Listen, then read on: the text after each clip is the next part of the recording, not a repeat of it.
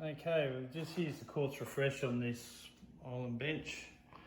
We've left a section specifically of the old colour just to show you the difference. This is the original sample from Caesarstone. It's a week old white shimmer 3142. That's what this product is. As you can tell, where we've treated it with Quartz Renew, it's brought it back to the original colour. If we put the sample in on the old section, you can see the issue.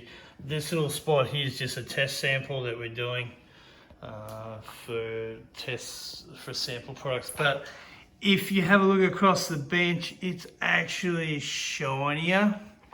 So it's brought the gloss back up on the stone. As you can see, it doesn't damage it. There's just a reflection off the window. Yeah, so enjoy. It's pretty simple. Paint it on, wipe it off, and you too can have a bench like that.